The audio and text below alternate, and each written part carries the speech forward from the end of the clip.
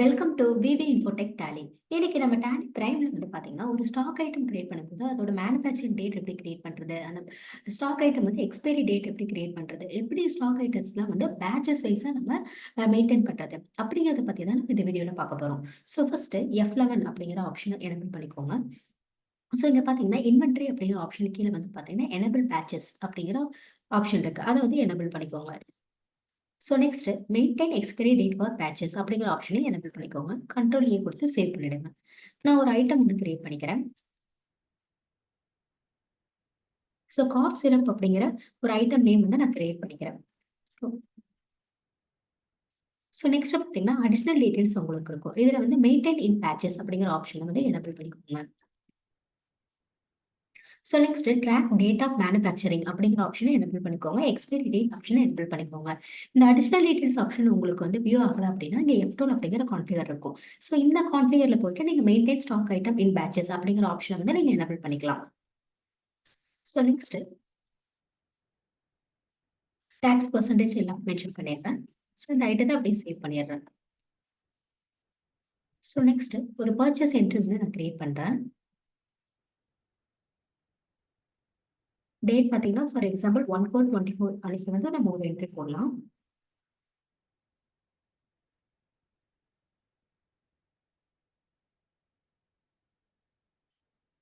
Cough syrup. So நான் item entry பண்ண உடனே பார்த்தீங்கன்னா, ஸோ நெக்ஸ்ட் பேட்ச்/லாட் நம்பர் அப்படின்னு கேட்கும். ஸோ நீங்க அதில வந்து என்ன பண்ணிக்கலாம் அப்படின்னு பார்த்தீங்கன்னா, நியூ நம்பர் கொடுத்து நீங்க கிரியேட் பண்ணிக்கலாம்.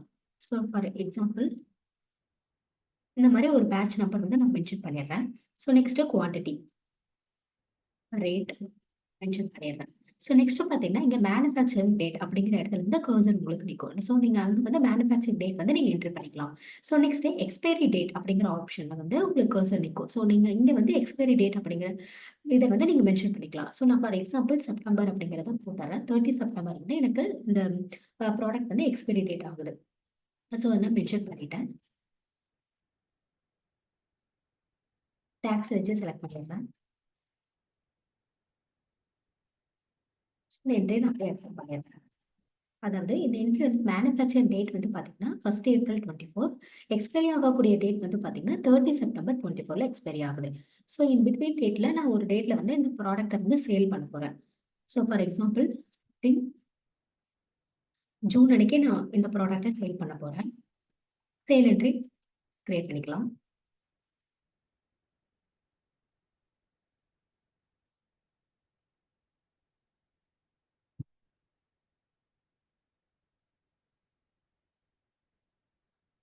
ஸோ இங்க பார்த்தீங்கன்னா, ஆட்டோமேட்டிக்கா நான் ஐட்டம் எல்லாமே செலக்ட் பண்ணதுக்கப்புறம் பார்த்தீங்கன்னா, நம்ம குடுத்திருந்த பேட்சஸோட நம்பர், எக்ஸ்பைரி டேட்டு, பேலன்ஸ் எவ்வளோ இருக்கு. அந்த டீட்டெயில்ஸ் எல்லாமே உங்களுக்கு இங்க வியூ ஆகும். ஸோ நீங்க இத அப்படியே செலக்ட் பண்ணிக்கலாம். ஸோ 50 நம்பர்ஸ் இருக்கு. நான் ஃபார் எக்ஸாம்பிள் 20 நம்பர்ஸ் தான் வந்து சேல் பண்ண போறேன்.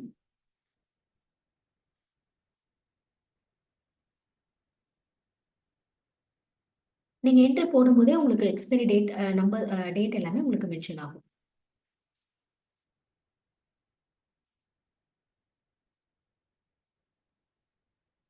ஸோ நான் இந்த என்ட்ரிய அப்படியே சேவ் பண்ணிட்டேன்.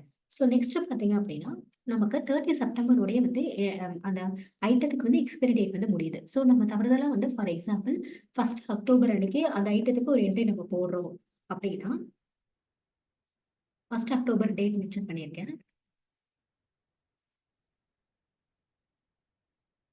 ஸோ நமக்கு தெரியாம நம்ம காஃப் சிரப் வந்து 1 அக்டோபர் அன்னைக்கு நம்ம போடுறோம் அப்படின்னா, அந்த ஐட்டம் நீங்க செலக்ட் பண்ண உடனே பார்த்தீங்கன்னா, இங்க வந்து உங்களுக்கு அந்த பேட்ச் நம்பர், எக்ஸ்பைரி டேட் அந்த டீட்டெயில்ஸ் எதுவுமே உங்களுக்கு வியூ ஆகாது. ஏன் அப்படின்னா, ஆல்ரெடி 30 செப்டம்பர் அன்னைக்கே வந்து அந்த ஐட்டம் வந்து எக்ஸ்பைரி ஆயிடுச்சு. நம்ம போடுறது வந்து பார்த்தீங்கன்னா, 1 அக்டோபர்ல அம் அன்னைக்கு நம்ம போடுறோம். ஸோ இன்கேஸ் நீங்க போடும்போது வந்து எனக்கு வந்து எக்ஸ்பைரி ஆன டீட்டெயில்ஸ் நான் பார்க்கணும் அப்படிங்கிற மாரி உங்களுக்கு தேவைப்பட்டுச்சு அப்படின்னா, நீங்க F12 கான்ஃபிகர் அப்படிங்கிற ஆப்ஷன் இருக்கும். இதுல போயிட்டு use expired batches for stock item அப்படிங்கிற ஆப்ஷன் வந்து நீங்க எனபிள் பண்ணிட்டீங்க அப்படின்னா, இப்போ நீங்க ஐட்டம் செலக்ட் பண்ணும்போதே வந்து நெக்ஸ்ட் பார்த்தீங்கன்னா, உங்களுக்கு அந்த பேட்சோட டீட்டெயில்ஸ் எல்லாமே வரும். பேட்ச் நம்பர், எக்ஸ்பைரி டேட் அது எல்லாமே வரும். ஸோ நீங்க இந்த ஆப்ஷன் வந்து ஜஸ்ட் அந்த ஐட்டம் எக்ஸ்பைரி ஆயிருக்க டீட்டெயில்ஸ் பார்க்கறதுக்கு மட்டும் நீங்க இத யூஸ் பண்ணிக்கோங்க. ஸோ நான் இப்ப வந்து இந்த ஆப்ஷன டிசேபிள் பண்ணிடுறேன். இந்த ஆப்ஷன நோ குடுத்துடுறேன். ஏன்னா இந்த ஆல்ரெடி வந்து இந்த ப்ராடக்ட் வந்து நமக்கு எக்ஸ்பைரி ஆயிடுச்சு. ஸோ அதனால நோ குடுத்துட்டேன். ஸோ நெக்ஸ்ட் நீங்க ரிப்போர்ட் வந்து செக் பண்ணி பார்க்கலாம். ஸோ கோடோலயும் நீங்க செக் பண்ணி பார்க்கலாம். பேட்ச் அப்படின்னு சொல்லி போட்டீங்கன்னா, உங்களுக்கு பேட்ச் சம்மரின்னு வரும். ஸோ அதுல வந்து பார்த்தீங்கன்னா, காஃப் சிரப் வரும். அதோட டீட்டெயில்ஸ் வந்து நீங்க செக் பண்ணி பார்த்துக்கலாம். ஸோ நெக்ஸ்ட் டிஸ்ப்ளே மோர் ரிப்போர்ட்ஸ், இன்வென்டரி புக்ஸ், பேட்ச் அதுலயும் நீங்க செக் பண்ணி பார்த்துக்கலாம். ஸோ இந்த வீடியோல வந்து நம்ம ஒரு ஐட்டத்துக்கு எப்படி வந்து மேனுஃபேக்சரிங் டேட் கிரியேட் பண்றது, எக்ஸ்பைரி டேட் கிரியேட் பண்றது, பேட்சஸ் கிரியேட் பண்றது அப்படிங்கிறத பத்திலாம் இந்த வீடியோல பார்த்தோம். ஸோ இந்த வீடியோ உங்களுக்கு ரொம்ப யூஸ்ஃபுல்லா இருக்கும்னு நினைக்கிறேன். நம்ம சேனலை லைக் பண்ணுங்க, ஷேர் பண்ணுங்க, சப்ஸ்கிரைப் பண்ணுங்க. தேங்க்ஸ் ஃபார் வாட்சிங்.